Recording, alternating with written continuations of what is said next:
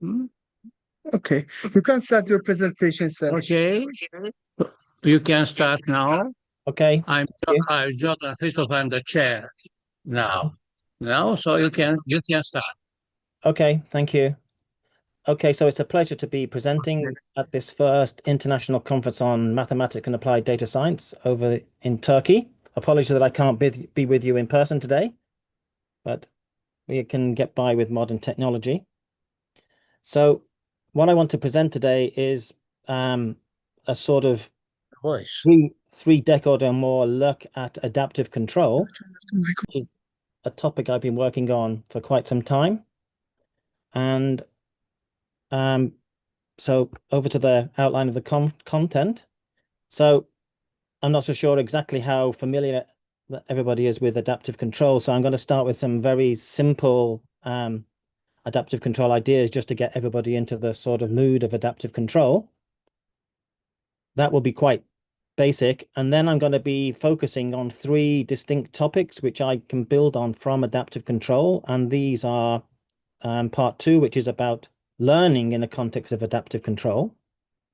This is something that I've been thinking about on and off for since the end of the 1990s, and still it troubles me today. Then I'm going to be looking at some joint work with one of my former PhD students, Mohammed Al-Sabi, which is how we can apply some adaptive control type thinking in the context of an ecological conundrum. And then in section 4, I'm going to be talking about some very recent work with another of my PhD students, Aaron Dabagchi. And this is, again, how it's not adaptive control per se, it's using adaptive control ideas to explore some interesting new developments. So without further ado, just let's have a look at the basics of adaptive control. So I've been working in control theory since the 1980s, and during the 1980s, the control theory engineering paradigm was the robustness paradigm. And this dominated control theory for basically the whole of the 1980s and even beyond that, right? So what is robust control or robustness? So the idea is that you have not a specific system or plant, but a family of plants, which I've denoted by curly P.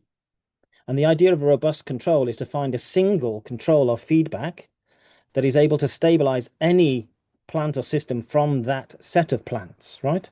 So it's a robustness problem in the sense that it's a single controller that's working for many plants, right? Many systems. And for people familiar with the sort of linear control theory setup, what would this robustness mean in that simple context? Where you would have a linear system described by Y is some operator on the input U, might be thinking in the frequency domain. So P would be some transfer function. And then you had a controller, which tells us what U is given the error, and the error is the difference between some reference and the output of the system. And then this robust stabilization or robust paradigm is that the operator or transfer function I plus PC inverse times C is stable for one given chosen C and every P from your set of all possible plants, right? So this is the classical robust control problem. And then there's papers and papers and papers about designing such controls C given classes of plants P, curly P. That's the robustness paradigm. And adaptive control is one approach to solving this robust control problem. So here we switch over to not to sort of plants and operators, but sort of differential equations. So we have imagine a differential equation. X dot is f of x and u with some output. Y is again some function of the state x. And you're looking for a feedback controller, but this time the feedback controller has an adaptation part, a parameter p, which is adapted. And so now the adaptive controller, as a robust stabilizing feedback, is that irrespective of what specific f you have in your ODE, so long as it belongs to some class or family of systems, and irrespective of the initial conditions of the system and of the adaptive controller, the controller plus adaptation rule yields that the state X converges to 0, and also the adaptation parameter P converges to a limit, which in general will depend on the initial conditions for X and P. So this is the adaptive control solution of the robustness problem, because it's a single controller, the controller U in terms of Y and P, with an adaptation P determined by Y and P. The controller doesn't know the specifics of the system. It doesn't know the specific F, but it might know some properties about the system or the class of systems that F belongs to. Now that's a bit difficult to sort of take on board without some specific concrete example. So the sort of most famous example is what's called model reference adaptive control. And I'm just presenting here the easy version for sake of simplicity, right? So we imagine our system, which is described by this ODE, differential equation, is a simple linear system with known A and B, and we're assuming here that A is stable. But what makes the system unknown is that there's a parameter gamma, a vector parameter gamma, sitting there in the system that is not known. So the controller would know A and B, but doesn't know gamma. And then, remarkably, you can write down this simple feedback controller. U is a feedback, but it's a dynamical feedback because F is varying with time. And the main key point here, because we're doing adaptive control, is that the feedback F is adaptive, and it's in this particular case of model reference adaptive control, it's determined by this update rule. df by dt is minus x and then x transpose pb, where P is a solution of the Lyapunov matrix equation for the known A. And you can easily prove this if you just differentiate this sort of candidate Lyapunov function, x transpose px plus the error between the unknown gamma and the known f that's in the adaptation. If you differentiate that, then you can prove easily that the derivative of that Lyapunov function is minus x squared, which then from classical Lyapunov stability theory will guarantee that x goes to 0 and that also f converges. So this is the classic model reference adaptive control problem. All I'm doing at the moment is giving some a bit of an idea of what adaptive control is about. Another simple example is the so-called high gain adaptive control. And here it's high gain adaptive control with known sign. I'm in the simplest situation of an unknown scalar linear system, right? So y dot is ay plus bu. A and B are unknown, and I assume that for the moment B is a positive number. A is a number that's unknown. And then again, a remarkable adaptive controller for this system is you plug u is minus ky with k dot equals y squared. And if you combine the adaptation of k with this simple feedback u is minus ky, then again, you can show easily that y goes to 0 and k converges. And this proof is quite easy. You can again write down a candidate Lyapunov function, which is 1 over by squared plus k minus a over b squared. Differentiate that along solutions. And then it turns out that this quantity, this Lyapunov function v, is a conserved quantity for this system, v dot equals 0.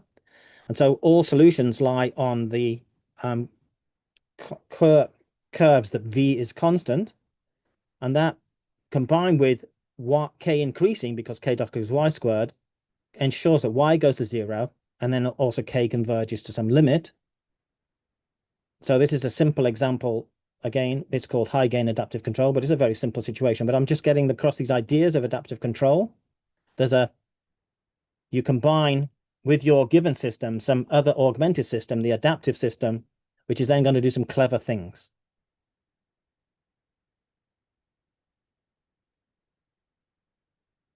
You can revisit the same problem, but now where both A and B are not known. B has to be also, of course, non-zero.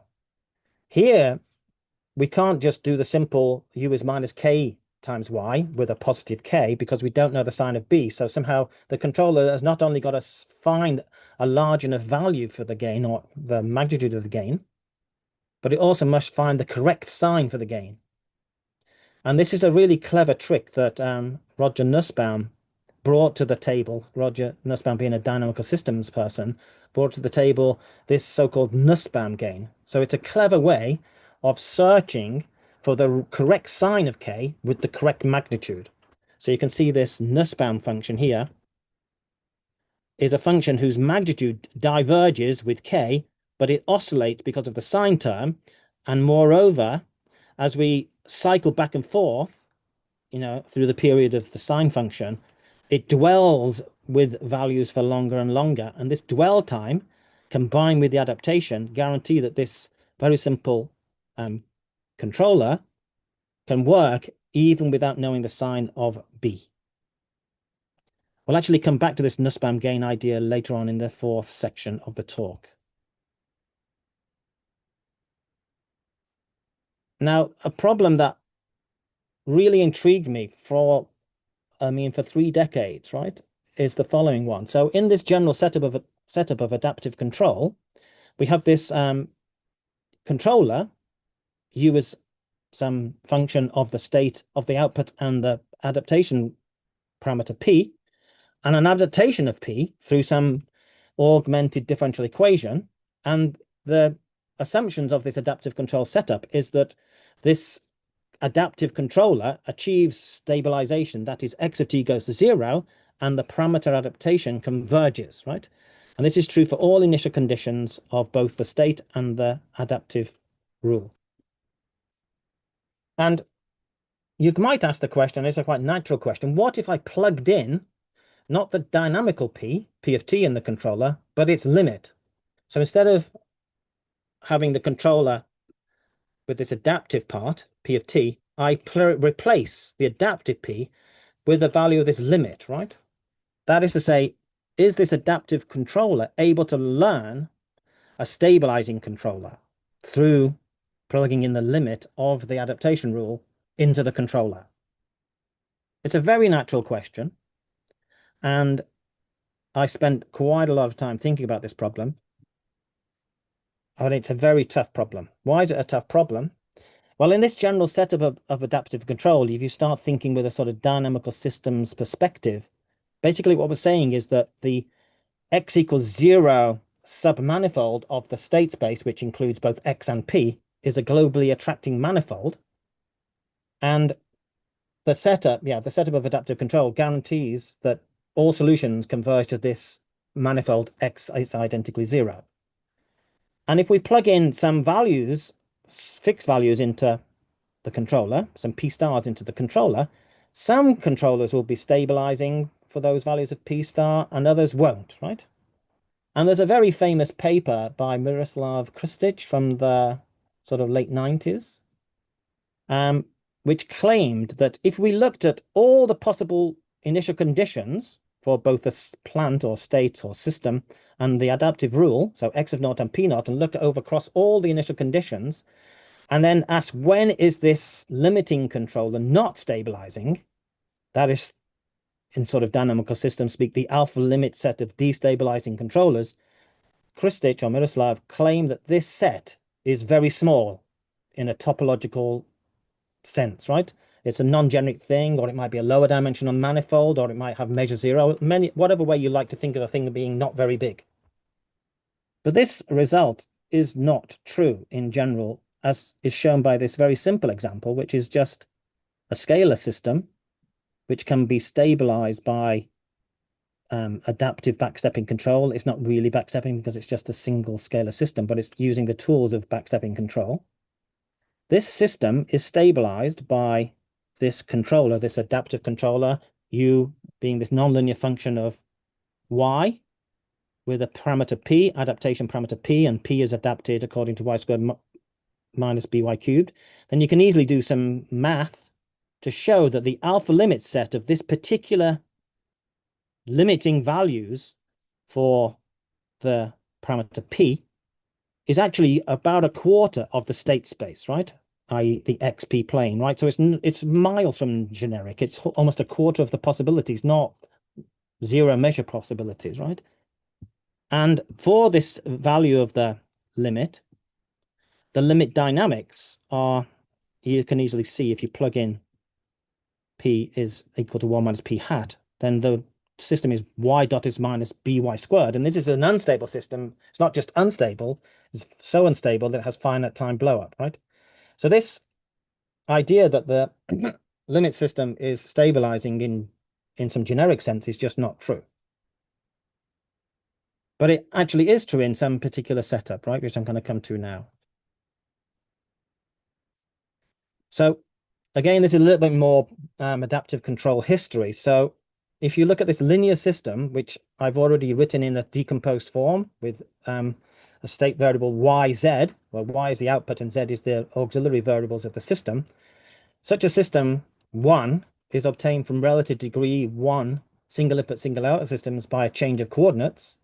And then famously, Chris Burns and Jan Willems in the 80s showed that if we know the sign of C transpose B, and that submatrix A2 is Hurwitz stable, then this controller that we've already seen, U is minus ky and k dot equals y squared, is an adaptive stabilizing feedback. That is, irrespective of the initial values of y and of z and of k naught, and without knowledge of the parameters of the system, that is A, B, C, alpha, beta, and A2, we're guaranteed that y and z go to 0 and k converges to a limit, finite limit. So this is a celebrated result from the early 80s. If you look at this system and add an extra couple of conditions, right? So if I add to this system 1, additionally, the A2 is a so-called Metzler matrix, which is to say that if you add a positive diagonal matrix to the matrix A2, then it will be a matrix of non-negative entries if the diagonal is large enough. And also if these off-diagonal terms, alpha and beta, are non-negative vectors, then the limiting controller is stabilizing, irrespective of the initial values of k naught, provided, of course, you don't start with initial values of y and 0 being 0. So with this, just this extra little bit of assumption, this problem that's really tough, almost intractable, even using, really sledgehammer heavy mathematics, right? In this particular case where we have a relativity 1 system with A2 Hurwitz and Metzler and non-negative off-diagonal terms, then this limit controller is guaranteed to be stabilizing, which is really remarkable. We can, without knowing the system, we can learn a stabilizing gain without knowing the system, and we're guaranteed to learn it, right? So that's a remarkable I mean, the controller is really simple, and it learns the thing we want to know. That is a stabilizing controller without knowing the system.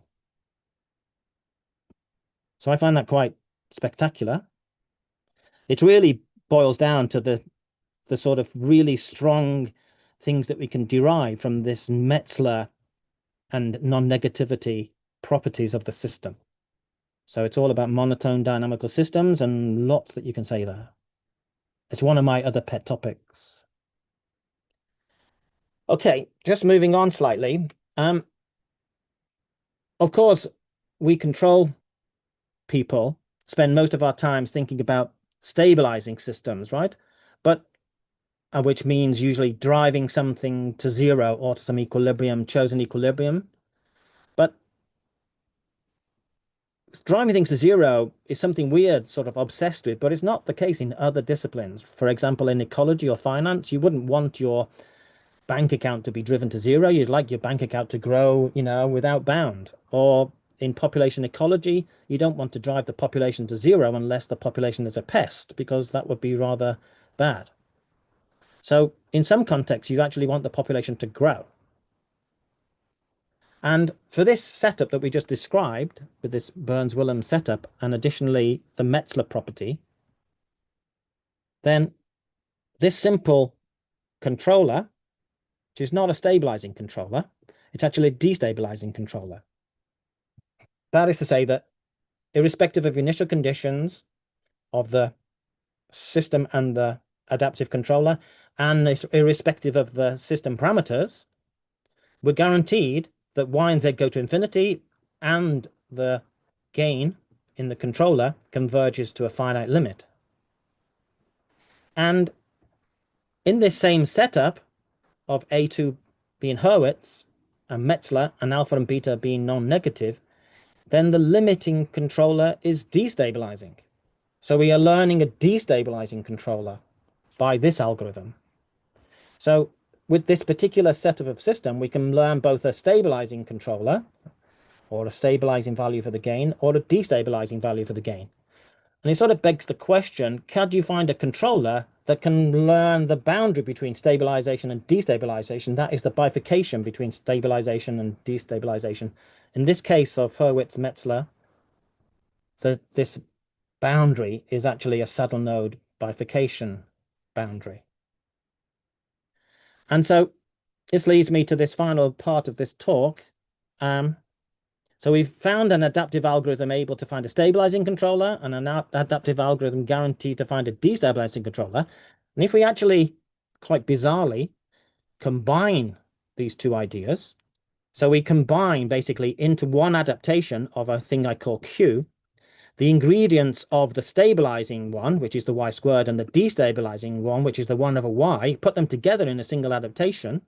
So you have this competition between the stabilizing effect of the minus k and the destabilizing effect of the plus g. They actually sort of cancel each other out in the following sense, that Q converges to a finite limit, and the limit it converges to is the saddle node bifurcation value for Q, which is quite it's like really weird when you combine together two algorithms, a stabilizing one and a destabilizing one. The combination goes to the boundary between stability and instability. Okay, so that's a bit about learning control. On a very different topic, and apologies for the fact that this is an ecological problem, but it's a classical ecological problem. And if you studied mathematical biology, you will have definitely studied this problem, right? So you have this so-called competitive interaction between two species, species 1 and species 2, with abundances n1 and n2, and they're described by this coupled nonlinear differential equation given by 2a and 2b here. And this is a competitive interaction because if there's more of n1, it makes n2, the derivative of n2, more negative, and more of n2 makes the derivative of n1 more negative, right? So the more of one pushes more pressure on the decrease of the other. Now, what happens to this system depends on the various parameters, and especially on the carrying capacities K1 and K2.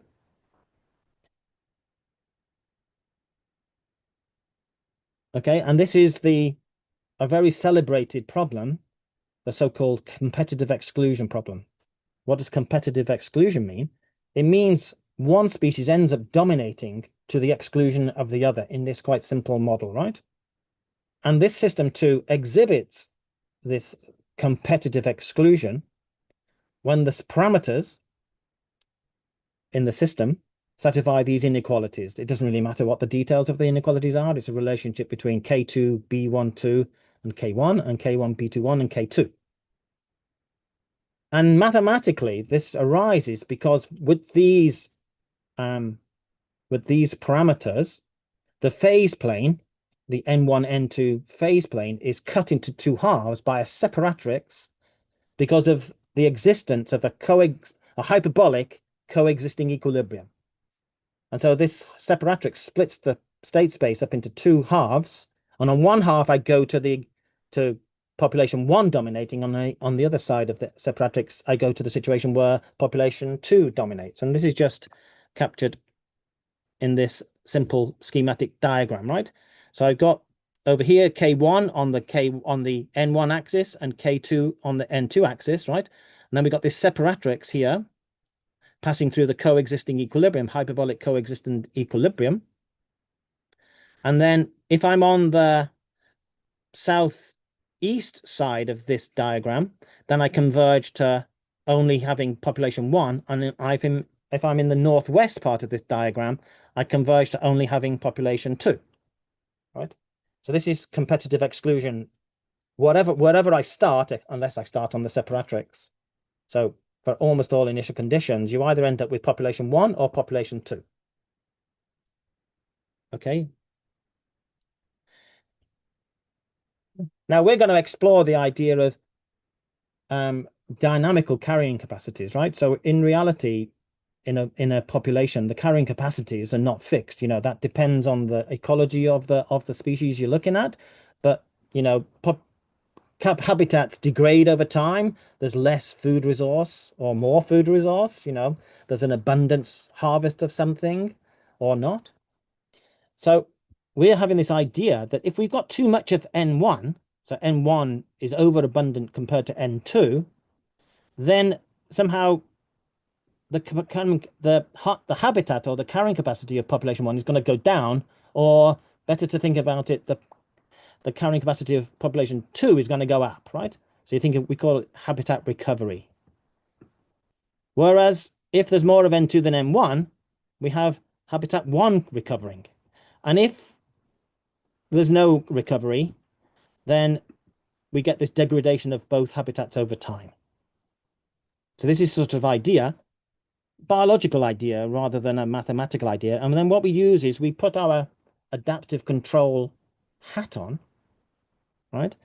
And develop what we call these habitat renewal dynamics, right? So we add to our population dynamics these two dynamics for upgrading or renewing the habitats, dk1 by dt and dk2 by dt. And the setup is basically without this, with epsilon equals 0, say, so there's no n squared over n2 over n1 squared or n1 over n2 squared parts in 4, then both populations degrade exponentially over time, right? But these epsilon terms are positive terms, which are going to boost the population. And if population 1 is more abundant than population 2, right, then N1 over N2 is large. And if it's the other way around, N2 over N1 is large. And this sort of like extra competition between the populations is boosting the population appropriately. And it turns out that this very simple adaptive control inspired mechanism, so it's sort of very much in spirit of adaptive control, this sort of K dot is minus K plus something squared, is very reminiscent of adaptive control. It actually acts like what's called a Watt's flyball governor. It's like a governor for this population system. And moreover, if you freeze the adaptation, then we revert back to competitive exclusion. And so ecologists have come up with all sorts of ways to get around the lack of a competitive exclusion. So competitive exclusion isn't really seen in reality, right? If you look outside, you don't see one single species of bird. You see hundreds of different species of birds, right? So competitive exclusion doesn't really happen in real ecology, even though they're competing. So what goes on? Well, one explanation is that different species, similar, but different species occupy spatial or temporal niches, right? So you could have a simple example would be butterflies. You can see butterflies in the day and you can see moths at night. Butterflies and moths are very similar looking things, right? They have similar eating habits, right? But they can coexist because they don't actually happen at the same time. This habitat renewal offers an alternative theory, and I just sort of finish this little section with a simulation. So we make some parameters such that we have competitive exclusion. And then this is just the simulation of the population densities of the two populations, N1 and N2 over time. And the blue-red plots are with the habitat renewal mechanism switched on. And we see them sort of converging to coexistence. But if we switch them off, we revert back to competitive exclusion. And in this case, because the closed loop system has a stable spiral, when we switch it off, it depends where we are on that stable spiral, whether we go to population 1 dominating or population 2 dominating. So we're this highly sensitive to the switching time as to which population ends up dominating if we stop this habitat renewal. So it's a really interesting topic. This is actually also joint work with Mohammed Al-Sabi. Okay, so the final topic, hopefully got enough time for the final topic. So we've basically been pushing this adaptive control paradigm beyond just the simple idea of robust stabilization to do some other interesting things. Firstly, we looked at learning, and then we've just looked at adaptive control giving us an alternative theory for competitive coexistence. We're now going to apply this adaptive control idea to this new idea that I've developed with Aaron Dabarg-Chi, a PhD student of mine. And we're developing it into a concept that we call adaptive complexity, right? So in nature provides mechanisms that somehow supports complexity and sort of, for example, zebras have stripes and leopards have spots. Or if you look in the woods or the hedgerows, there's a level of complexity that somehow is reached. So what we're thinking of is, how might we develop some mechanisms which force a system to reach some level of complexity? And so in this setup, this is a really new idea that we've only been working on for the last couple of months, right? The ingredients are that you have a dynamical system with state X, and we're thinking discrete time for the moment, just to set things up nicely. And the key thing is that there's a parameter, an adaptive parameter in the system, and we need to append this dynamical system 5 with some rule for updating the parameter. And this update of the parameter is driven by some level of complexity that we want to achieve, right? So we have a set of possible complexities. We choose a complexity that we want, and then we want an adaptive rule which will force the system to exhibit that complexity. Okay, so we call this adaptive complexity. For a given system with some possible set of behaviors, find a rule so that the system or the state of the system achieves that complexity. It's a bit hard to understand in that abstract setting, so it's best to look at this in a very simple simple setup, right? Which is the so-called logistic map setup, right? So hopefully everybody with some sort of background in dynamical systems has come across the logistic map, very famous system that exhibits chaos. So the logistic map is x of t plus 1 is updated by some growth rate r, and then some quadratic map, the logistic map. And then we know, or we can Wikipedia it, Wikipedia logistic map, we know that as the parameter r increases from 0 to what's called the edge of chaos, so the logistic map undergoes a sequence of period doubling bifurcations, which you can think of as transitions in complexity as r crosses various thresholds. So the first threshold is 3, so that's when we go from period 1 to period 2, so a fixed point to period 2. Then we cross 3.4494 ... That's from period 2 to 4, then from period 4 to 8, and then from period 8 to 16, and so on.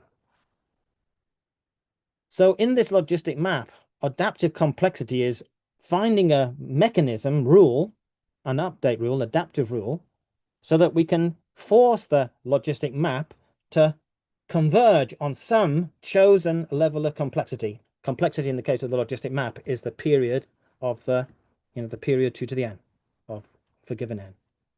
So that's what we want to do. So in this case, we can exploit the properties of the logistic map. That is to say that we already know that as we increase the growth rate up to edge of chaos, so we have this period doubling, right? So complexity, if you like, increases with increasing r up to the edge of chaos, right? So intuitively, you should increase r to reach the suitable threshold. But you don't know what that threshold is, and the suitable threshold is only in an interval between two transitions. So we need to revisit these intervals for the growth rate r until we achieve convergence. And this suggests, when you've been working in adaptive control for tens of years, right, to adapt the growth rate using some Nussbaum-like function. So this is this function that we choose. Yep.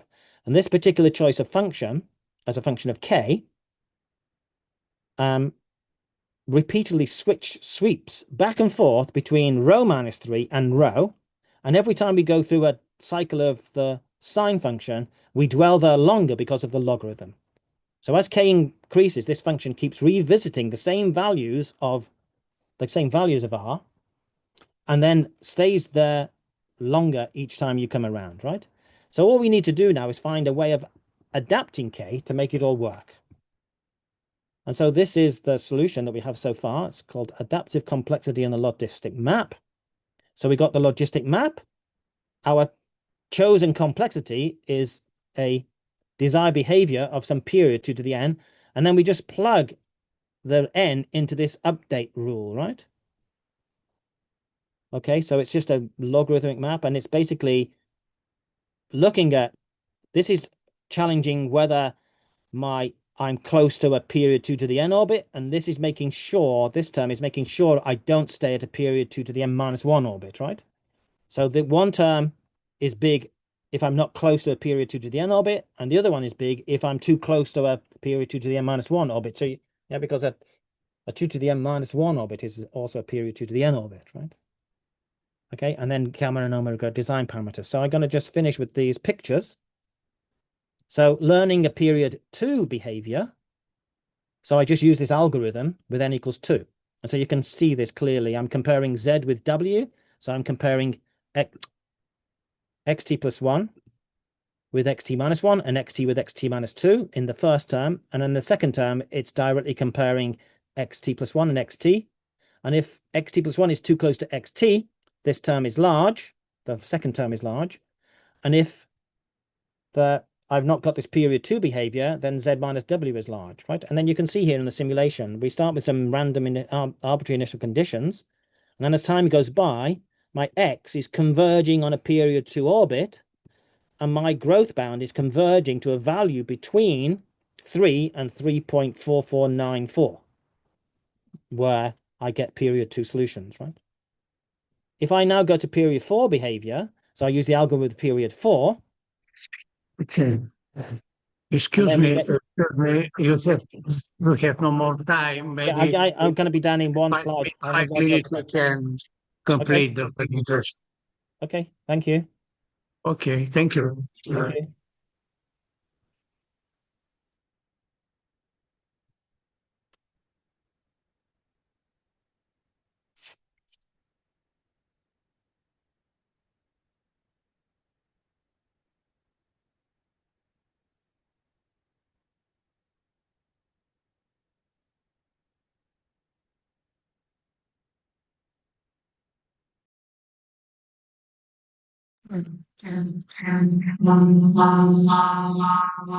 Close it.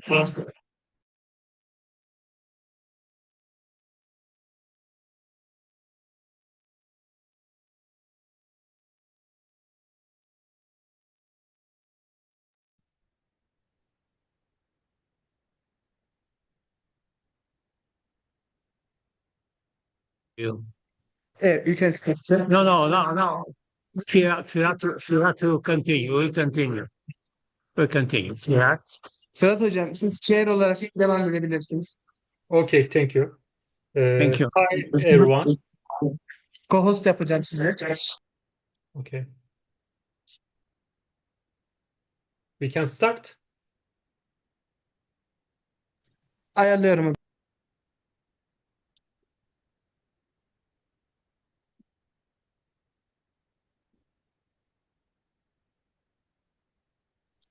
You can start now, sir. Thank you.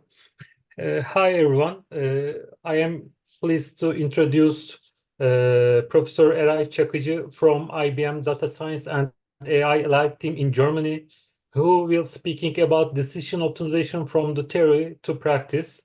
Eray Hocam, if you are ready, we can start. Thank you. Thank you very much. Can you hear me well? Yes, of course. Okay, thank There you. is no problem. Thank you again. And hi, everyone. Thank you for joining my session today. So I am Eray Çakıcı. I am an operations research engineer at IBM. And I have spent all my professional life developing and deploying optimization solutions at different customers and different industries. On the academical side, it is kind of a now hobby for me. Whenever I have time, as much as I can, I try to contribute to academia, and I serve as an author and referee for academical journals. And I had also give some lectures at universities, and I had been a faculty for a short amount of time at different universities. Today, I will be talking about decision optimization, operations research, my core field and my specialty. And I will be talking both theoretical and practical aspects of optimization. At the end, I will end up with my lessons learned and the future expectations from my side. So the main motivation is I still don't think optimization gets the well-deserved attention, and I believe it is underutilized.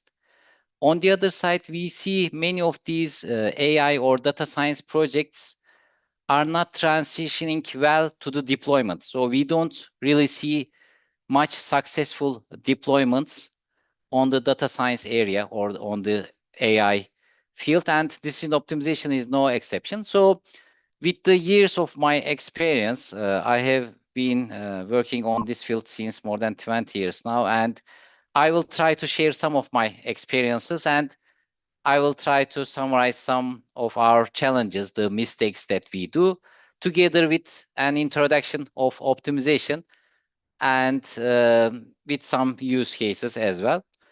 So a quick introduction. The decision optimization, it is all about managing limited resources in the most efficient way. These resources can be machines or vehicles. Sometimes these resources can be people if we are working on a workforce scheduling problem. These limited resources can be capital, the budget, or the materials as well. And there are typical keywords that we typically look for. Minimization or maximization. We typically either try to minimize a cost or maximize profit or the customer service. We are trying to come up with an optimum plan or a schedule. We are trying to decide on how many to produce or how much to produce, when or where to open let's say a potential production facility. And always there are limited capacities, limited supplies, and limited budget in the real world. So these are the constraints for an optimization problem. And here I would like to show you a simple analogy and how we differentiate between machine learning and optimization. You can think of machine learning as like teaching a baby to distinguish between pineapples and apples. Here, the goal is to train a model to recognize a pattern in a data set. This can be a clustering. Sometimes it can be time series forecasting. So machine learning is a little bit different than optimization. In the optimization, the main goal is trying to come up with an optimum solution within a given set of constraints. Here you can think of trying to pick the juiciest apple in a basket, or picking the brightest apple in a apple tree or on a apple tree. And there are main components of optimization. First of all, the business goals, the objective function that we are dealing with. Then the business rules, constraints, capacities, compatibilities, priorities. Those are different business rules that we introduce into our mathematical models, and we need to have the data. So we combine these business objectives, constraints, and the data into a mathematical model. Then we formulate this problem mathematically and send the mathematical formulation to an optimization engine, to an optimization solver, to come up with the optimum plan or the optimum schedule. These optimization solvers or the engines, they include advanced algorithms to solve the complex problems. And these problems or these complex business use cases that we deal with can be defined mathematically with an objective function that you try to minimize or maximize, as I already mentioned. You have a vector of variables that at the end of the solution you need to give a value. Most of these variables can take the value of 0, and some of them gets the values, and at the end you come up with a feasible solution, and the objective is coming up with the optimum solution which minimize or maximize your objective function. And you have the constraints which limits the possible combinations of these possible combinations of values for decision variables. We call them as the feasible solutions. If I quickly summarize the historical background, this field first originated in the Second World War, and military people started to work on logistics problems, and the operations research name comes from the military operations. And we can also I think give some appreciation to Danzig, because he was the first person who developed the simplex algorithm. This is the backbone of all these algorithms that we are still using in our optimization solvers, and he formulated the general linear programming model, and he continued as a researcher and academician in these fields. And the solution techniques, these problems can be linear, so linear programming is one of them. There can be non-linear problems as well, and in some cases we can use constraint programming. This is an area which I study a lot.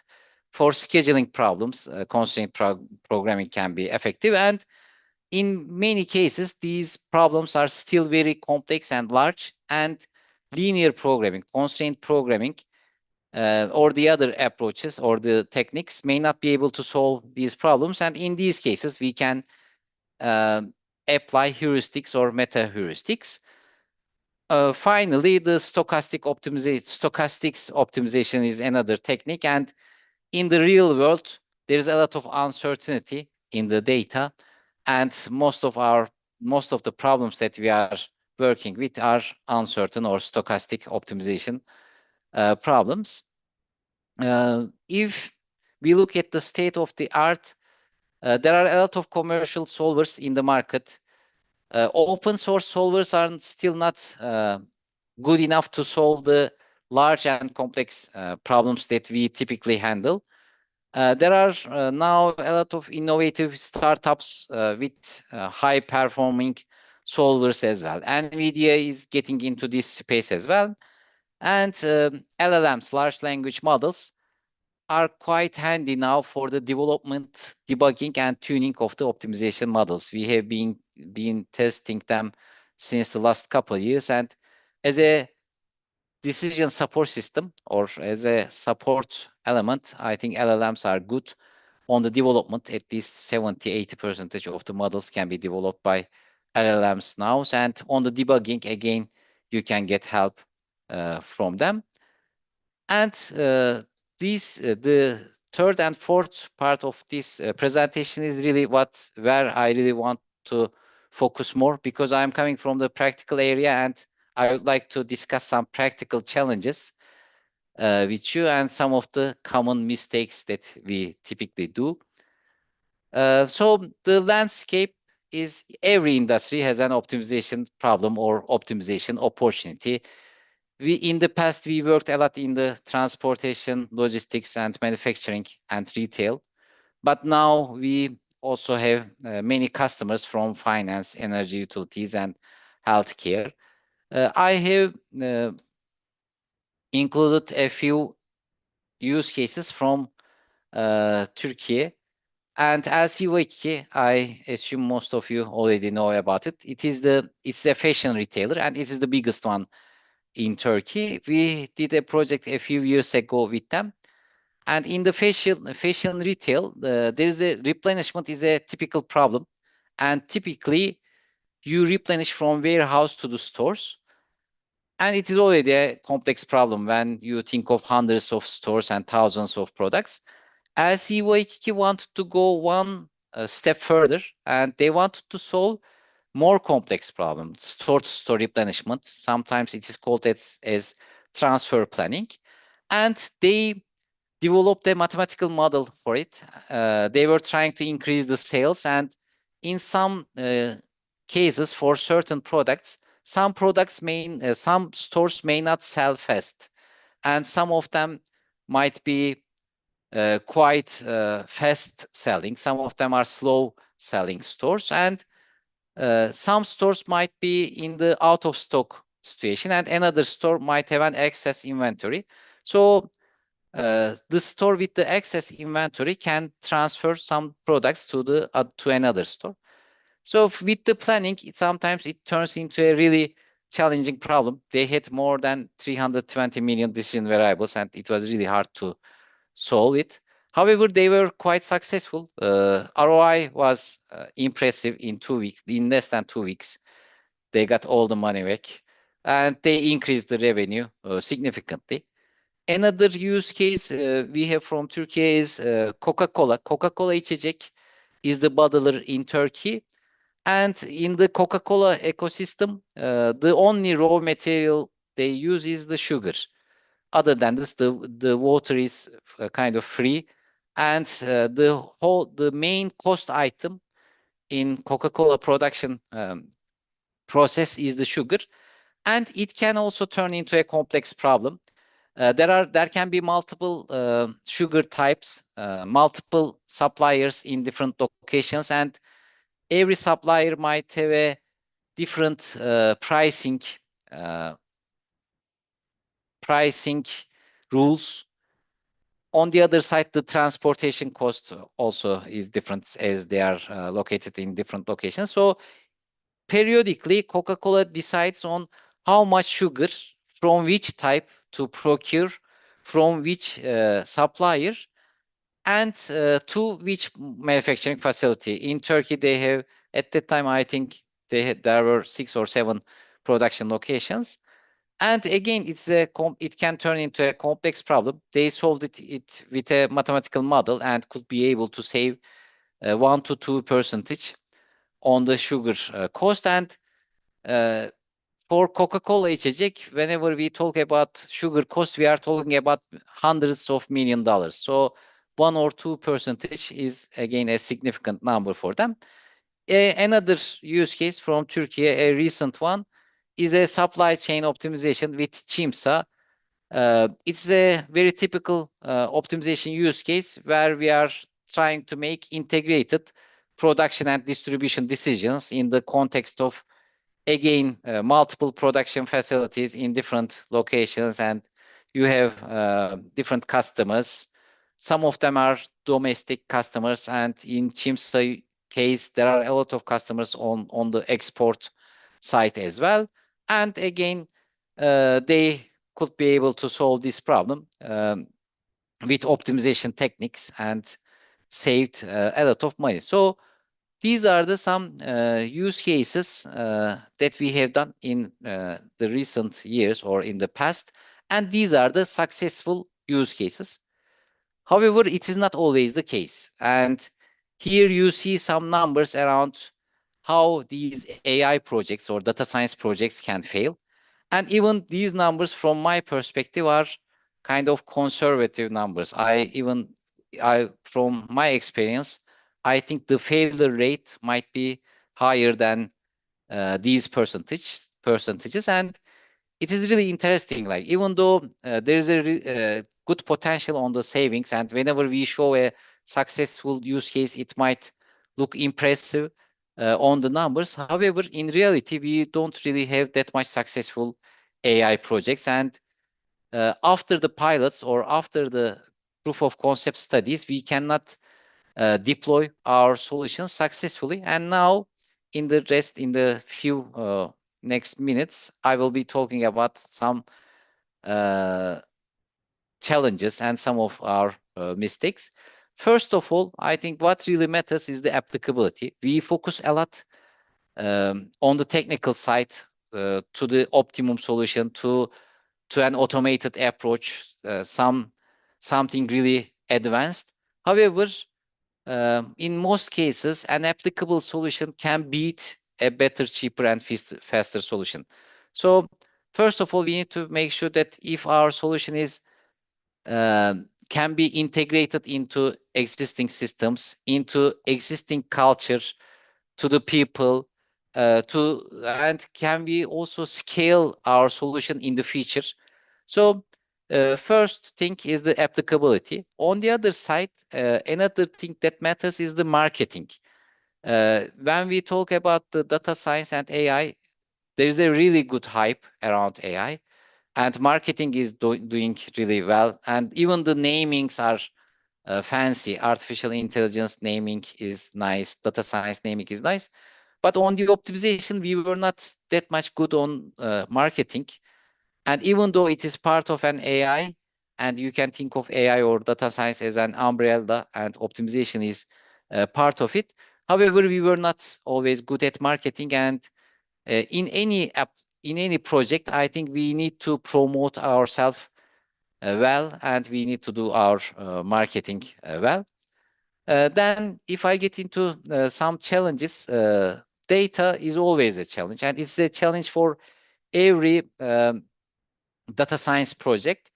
In our case, for decision optimization, one differentiator from typical data science projects are we sometimes need to deal with data generation. It is not just having the correct and complete data. Sometimes we need to generate the data itself. In a typical data science project, you work with past historical data. And in optimization, since you try to evaluate some future scenarios which never have been implemented, you need to generate data for such scenarios.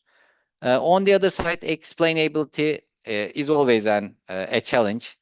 A question that we always get from our customers is, how do I know your solution is optimum?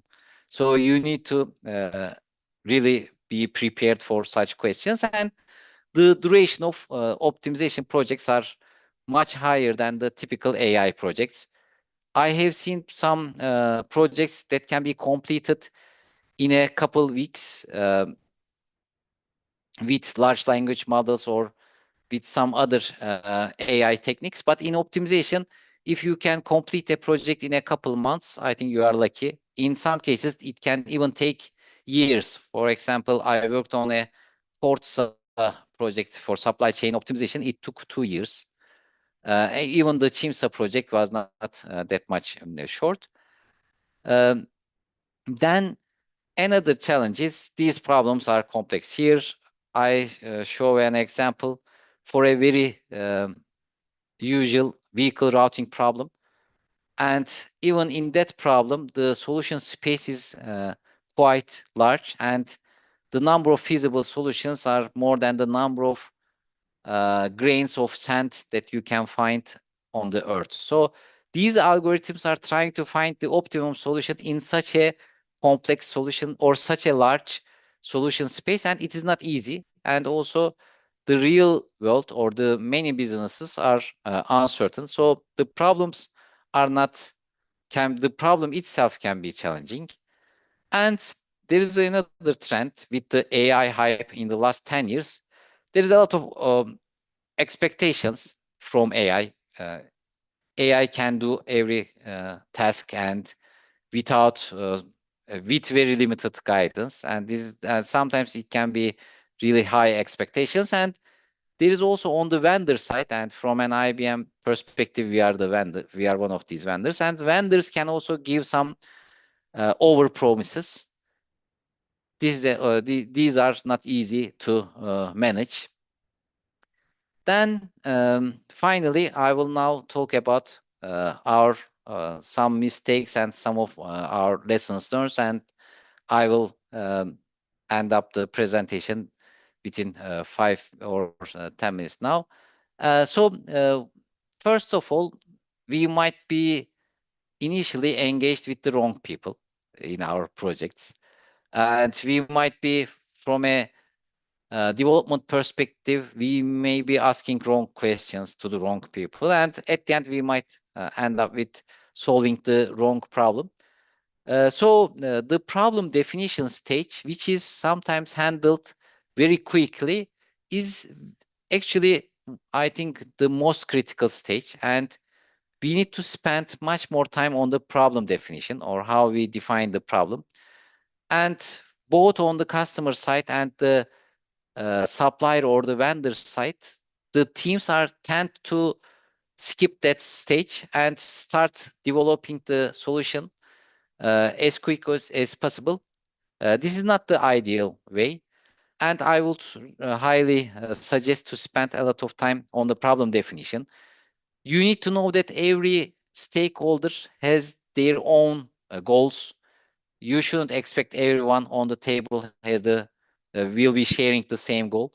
And whenever you think of a project team, you should know that, okay, one person has one goal from his perspective, and another person has totally different goal, and you need to really acknowledge all these different perspectives and expectations.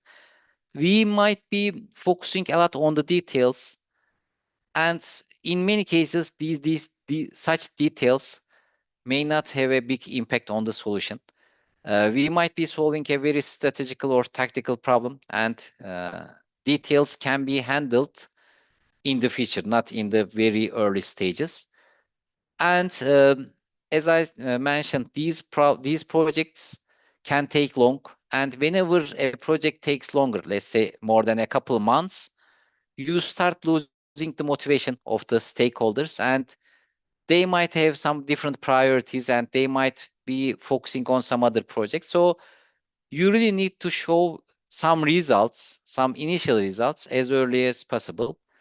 And as I highlighted the applicability, you need to ensure that the feasibility of your solution in terms of people, processes, culture, infrastructure of the business that you are working on, your solution approach should be applicable.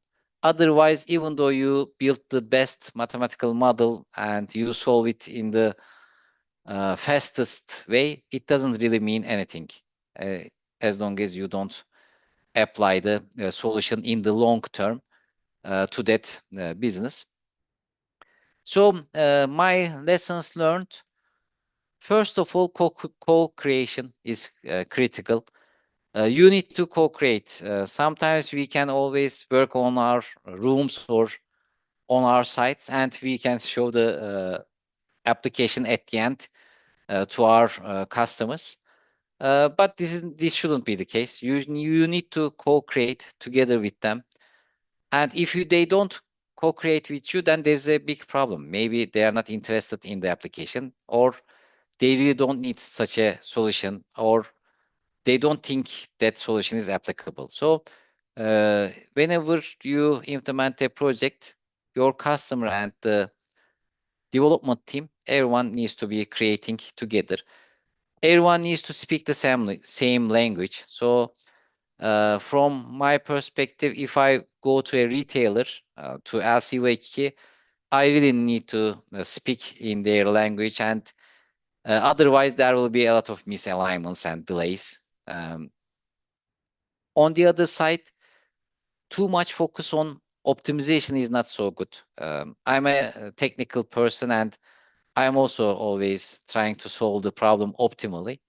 However, it is not always easy and not feasible. So good enough solution is also quite sufficient. As long as you improve the existing process, and as long as you save some money, that is better than the actual situation, and it can be a good starting model. Assumptions, again, we shouldn't focus that much on the details, and sometimes we can move with good assumptions, and they are really not that much harmful for the model results. And once again, applicability is much more important than any of these performances or the solution qualities we typically look at. So my final slide, and I think I should be on time. I think in the last years, we have seen a lot of enough shiny apps when I first started to work on this area, our visualization was not really good. We really didn't have any shiny dashboards. And on the visualization, we were losing a lot the attention of the people, and usability was not so good. But in the last 10 years, we started to see a lot of shiny apps. The usability of these applications are much better than before. However, we started to lose some focus on the applicability. Like when we start to focus more on the shiny apps, we forgot about the process mining, process automation, and people-centric designs. So I think it is now enough for shiny apps, and we will go back to reality, and we will focus more on the processes. And again, everyone now has had a lot of failure stories, and I think the expectations and promises might be more manageable now. On the other side, we in the last couple of years, a lot of customers came to us asking, can we use AI for this? So this was, especially with the LLMs, the expectation is, can we throw our problem to LLM, and whether can we get the answer? It is not the case, and now we see a lot of use cases where now the conversation is changing, and again the conversation will become, okay, how can we support our people through AI? So the people will be again, I think, on the processes, and I expect some rise or some more attention on the decision optimization side, especially with the agentic AI, where we expect AI models to act or take some actions.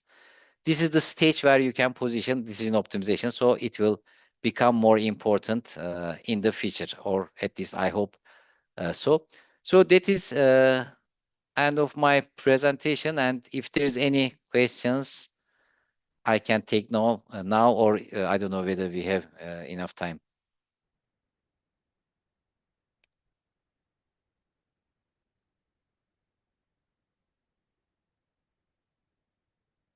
Are there any questions or comments?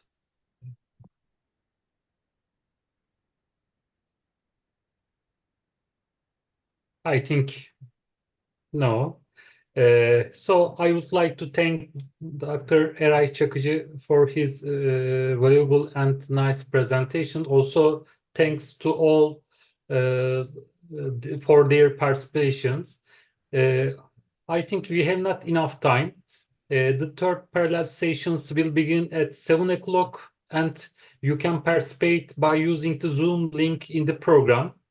Thank you again. Thank you very much Fırat Hocam. Thanks. Sağ olun. Teşekkürler. See you. See you.